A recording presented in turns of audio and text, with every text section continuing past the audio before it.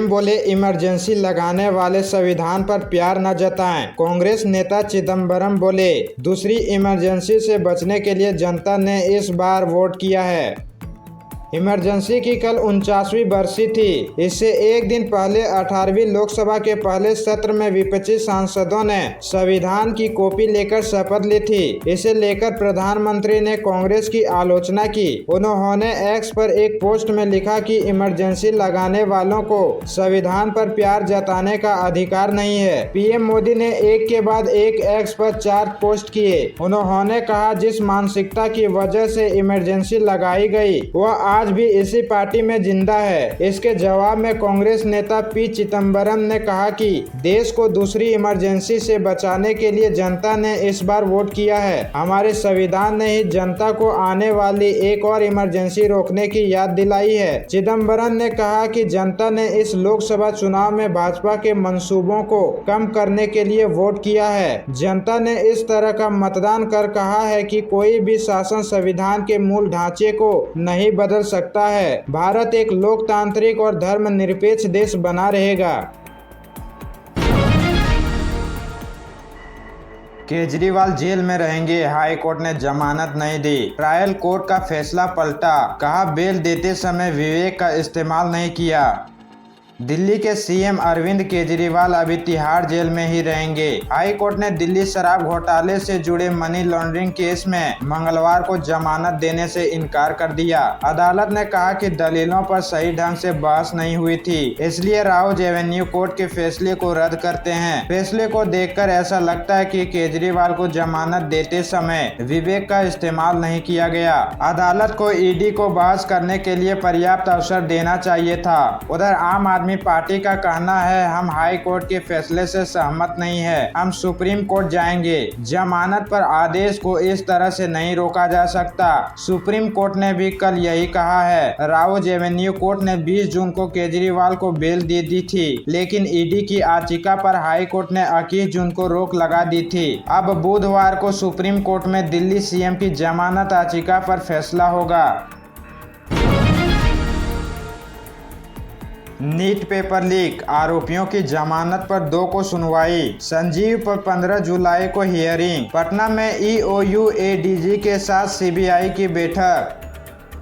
Patna civil court में कल NEET paper leak में एडीजे 5 राजेंद्र कुमार सिन्हा के कोर्ट में सुनवाई हुई। कोर्ट में सरकारी वकील ने बताया कि यह केस अब सीबीआई के पास चला गया है, जिस पर कोर्ट ने कहा कि इसकी जानकारी ऑर्डर पेपर के साथ दें। पेपर मिलने के बाद मामले की सुनवाई सीबीआई की विशेष अदालत में की जाएगी। मामले की अगली सुनवाई 2 जुलाई को होगी। वहीं मामले के मास्टरमाइंड संजीव मुखिया के अग्रिम बेल पर 15 जुलाई को सुनवाई होगी। इससे पहले यह सुनवाई 21 जून को हुई थी। उस दिन कोर्ट ने केस डायरी पेश करने का आदेश देते हुए सुनवाई का डेट 25 जून दिया था। इधर सीबीआई के बड़े अधिकारी पटना में आर्थिक अपराध इकाई के ऑफिस पहुंचे और ईओयू के एडीजे के साथ मीटिंग की। इससे पहले कल सुबह पटना एएसपी राजीव मिश्रा पटना के सीबीआई ऑफिस पहुंचे, जहां पर सीबीआई के अधिकारियों के साथ मामले को लेकर मीटिंग की। बता दें कि नीट पेपर लीक केस को सीबीआई ने रविवार को टेक ओवर किया था।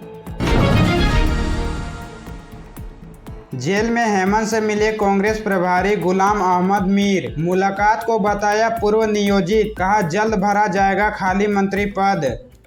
लैंड स्कैम मामले में जेल में बंद झारखंड के पूर्व सीएम हेमंत सोरेन से कांग्रेस के प्रदेश प्रभारी गुलाम अहमद मीर ने मुलाकात की। जेल में यह मुलाकात हुई है। उनके इस गुपचुप मुलाकात को लेकर कई तरह के कयास लगाए जा रहे हैं। हालांकि रांची एयरपोर्ट पर उन्होंने मीडिया से बातचीत करते हुए कहा कि यह मुलाकात पूरी तरह से पूर्व नियोजित थी। समय नहीं मिल पाने की वजह से बात नहीं बन रही थी। बताया जा रहा है कि वह सुबह 10 बजे के करीब एयरपोर्ट पहुंचे और एयरपोर्ट से ही सीधा होटवार जेल गए थे। लोकसभा स्पीकर पर सहमति नहीं, आज चुनाव होगा। बिरला के खिलाफ कांग्रेस ने के सुरेश को उतारा। टीएमसी ने कहा कांग्रेस का फैसला एक तरफा।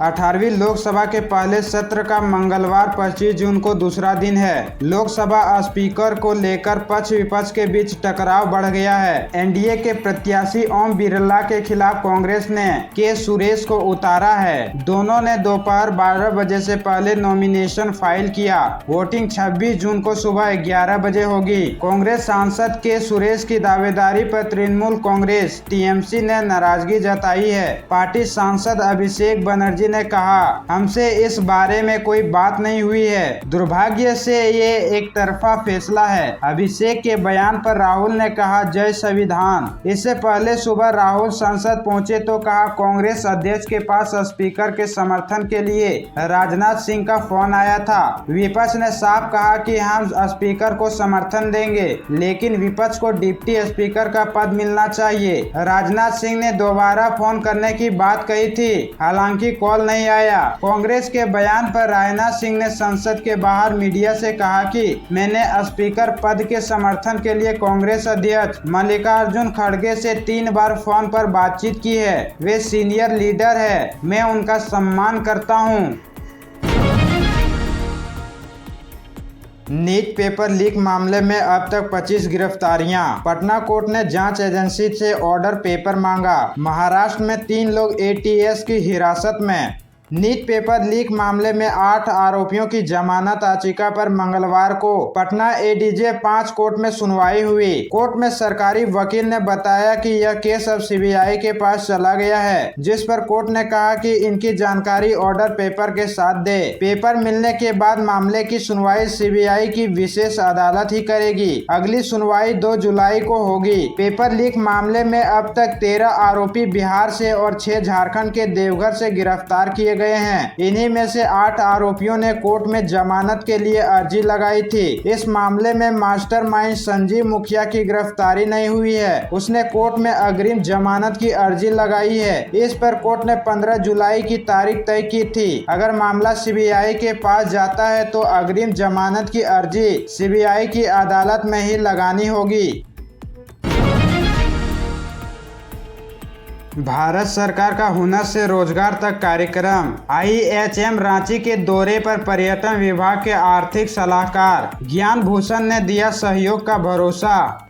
होटल प्रबंधन संस्थान IHM रांची में पर्यटन मंत्रालय भारत सरकार द्वारा प्रायोजित हुनर से रोजगार तक कार्यक्रम के अंतर्गत चलाए जा रहे विभिन्न पाठ्यक्रमों की समीक्षा के लिए ज्ञान भूषण वरिष्ठ आर्थिक सलाहकार पर्यटन मंत्रालय भारत सरकार द्वारा IMH रांची का दौरा किया। इसके अलावा खाद्य सेवा क्षेत्र में ग्रामीण महिला उद्यमिता को प्रोत्साहित करने की भी दिशा में एक महत्वपूर्ण कदम के रूप में होटल प्रबंधन संस्था IMH रांची और प्लास Jharkhand state livelihood promotion society JSLPS के बीच किए गए समझौते ज्ञापन की भी समीक्षा की गई। इस समीक्षा दौरे के दौरान भूषण एवं IMH रांची के प्राचार्य डॉक्टर भूपेश कुमार द्वारा झारखंड राज्य के खूंटी एवं रांची जिला में चलाए जा रहे विभिन्न प्लास आजीविका दीदी कैफे का भी भ्रमण किया गया। इस दौरान आजीविका दीदी कैफे के दीदियों द्वारा उत्पादित विभिन्न उत्पादों के पश्चात विपणन एवं मुनाफा तथा अन्य जरूरतों की समीक्षा की गई। साथ ही ज्ञान भूषण द्वारा दीदी कैफे के दीदियों को आश्वासन दिया गया कि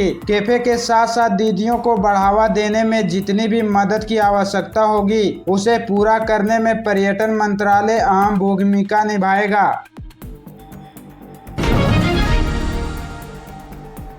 झारखंड के 9 जिलों में बारिश का अलर्ट। गोड्डा का तापमान पहुंचा 41 के करीब। कई जिलों में बारिश का इंतजार।